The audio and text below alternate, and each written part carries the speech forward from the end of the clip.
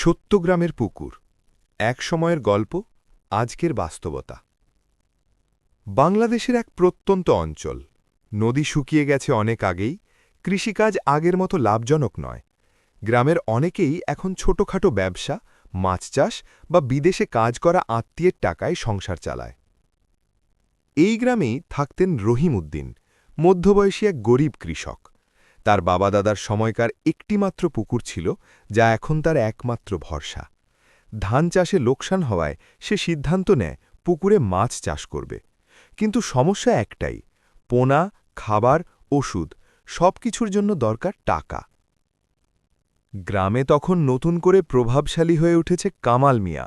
তিনি ব্যবসায়ী, টাকা আছে, রাজনৈতিক যোগাযোগও আছে। মানুষ তাকে সামনে সম্মান করে, কিন্তু পেছনে ভয় পায়, কারণ তিনি লাভ ছাড়া কিছু বোঝেন না। চুক্তির ফাঁদ। রহিম বাধ্য হয়ে কামাল মিয়ার কাছে গেল।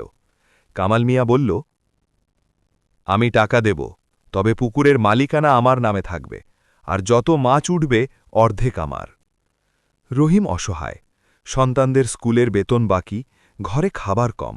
সে শর্ত মেনে নিল। চুক্তিটা ছিল কাগজে কলমে ঠিকই, কিন্তু শর্তের ফাঁক ফকর ছিল অনেক। রহিম বুঝতে পারেনি, কিন্তু কামাল মিয়া বুঝেছিল। প্রতারণার পরিকল্পনা। 6 মাস পর মাছ বড় হল, বাজারে দামও ভালো। ঠিক হল শুক্রবার মাছ ধরা হবে। বুধবার গভীর রাতে কামাল মিয়া তার লোকজন নিয়ে পুকুরে গেল। জাল ফেলে বড় বড় মাছ তুলে নিল। ভোর হওয়ার আগেই পাশের শহরের আড়তে বিক্রি করে দিল। নগদ টাকা তার পকেটে। শুক্রবার যখন রহিম জাল ফেলল, পুকুরে ছোট কিছু মাছ ছাড়া তেমন কিছুই নেই। রহিম ভেঙে পড়ল। সে বুঝতে পারল তাকে ঠকানো হয়েছে, কিন্তু প্রমাণ কোথায়?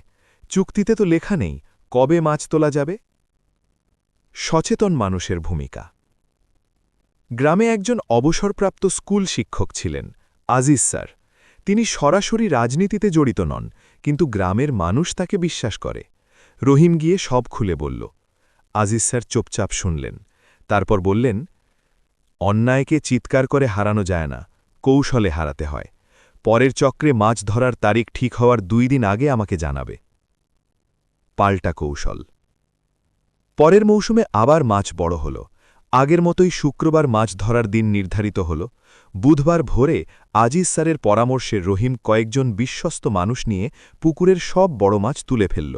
স্থানীয় বাজারে নয়, এবার তারা শহরের কোল্ড স্টোরেজে বিক্রি করল, যাতে নথিপত্র থাকে।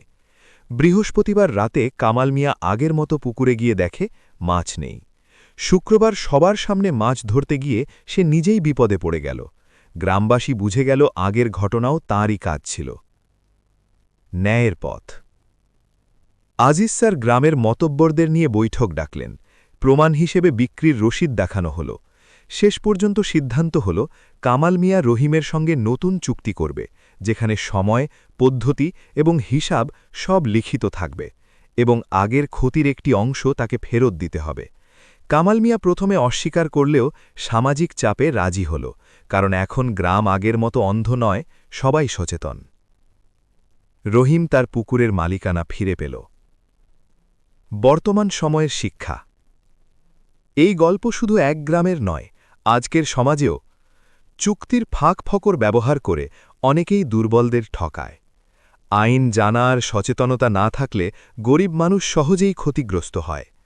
অন্যায়ের বিরুদ্ধে একা লড়া কঠিন, কিন্তু সচেতন সমাজ থাকলে ন্যায় প্রতিষ্ঠা সম্ভব। বুদ্ধি, ঐক্য এবং প্রমাণ, এই 3টি অন্যায়ের বিরুদ্ধে সবচেয়ে বড় অস্ত্র।